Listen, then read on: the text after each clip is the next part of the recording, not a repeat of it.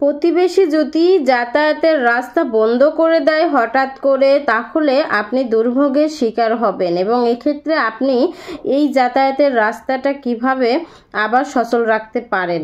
আপনারা অনেকে এই বিষয়ে প্রশ্ন করে থাকেন। আসলে আমাদের যাতায়াতের রাস্তা আমাদের অধিকারে পরিণত হতে হলে, যদি সেটা প্রাইভেট কোনো সম্পত্তি হয়, ব্যক্তিগত মালিকানাধীন সম্পত্তি হয়, সেই সম্পত্তিতে আপনি দীর্ঘ 20 বছরের বেশি বা 20 বছর অলমোস্ট যদি চলাচলের রাস্তা হিসাবে দখলে রাখেন আপনারা সবাই, প্রতিবেশী বা আপনারা সবাই, তাহলে কিন্তু ওই চলাচলের রাস্তাটা যেন চলাচলের রাস্তা হিসাবে ওই সম্পত্তি বিবেচিত হয়, সেই জন্য কিন্তু আপনারা চাইলেই দেওয়ানি আদালতে এজমেন্ট রাইটসের মামলা দায়ের করে এই সম্পত্তিটা চলাচলের রাস্তা হিসাবে ব্যবহার করার অধিকার আদায় করতে পারেন আদালতের মাধ্যমে।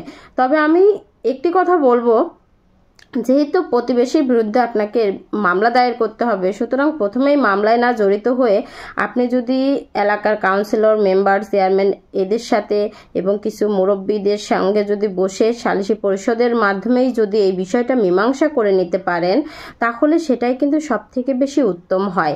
কেন উত্তম হয়?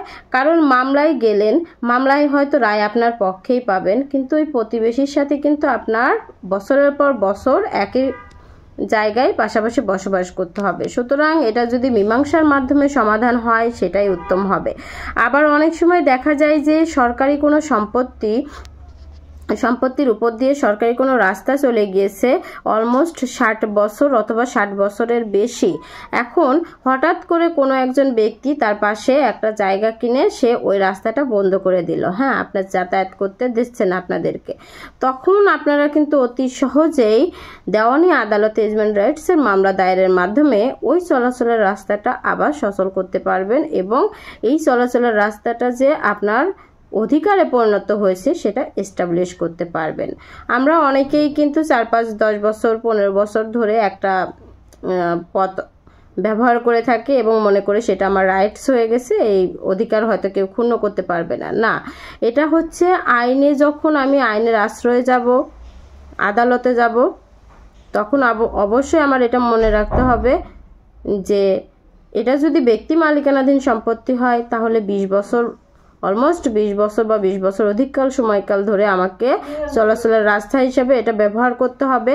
আর এটা যদি সরকারি রাস্তা হয়, তাহলে 60 বছর অলমোস্ট আমাকে চলাচলের রাস্তা হিসাবে ব্যবহার করতে হবে। তাহলেই শুধুমাত্র আমি দেওয়ানি আদালতে এজমেন্ট রাইটসের মামলা দায়ের করে এই বিষয়টি যদি প্রমাণ করতে পারি, তাহলে আমি এই সম্পত্তিটা চলাচলের রাস্তা হিসেবে সচল রাখতে পারবো।